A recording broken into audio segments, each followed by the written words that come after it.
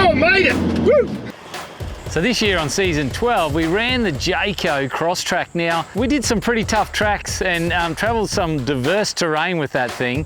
1/2 metre, 300, dropping over the edge now. Yep, you're good. And not to mention Simon's red line master driving.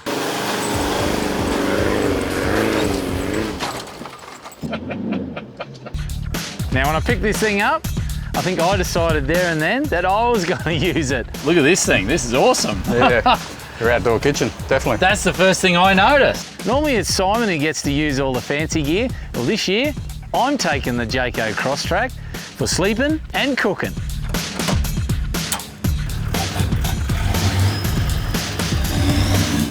Heard a whisper on the All for Adventure grapevine that I'm not going to be sleeping in it. Some other hardcore off-road adventurer is going to be softening it in the van. Yeah, so I'm not sleeping in the caravan, but I'm towing it.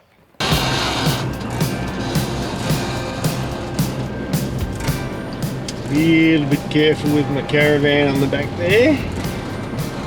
Steady as she goes.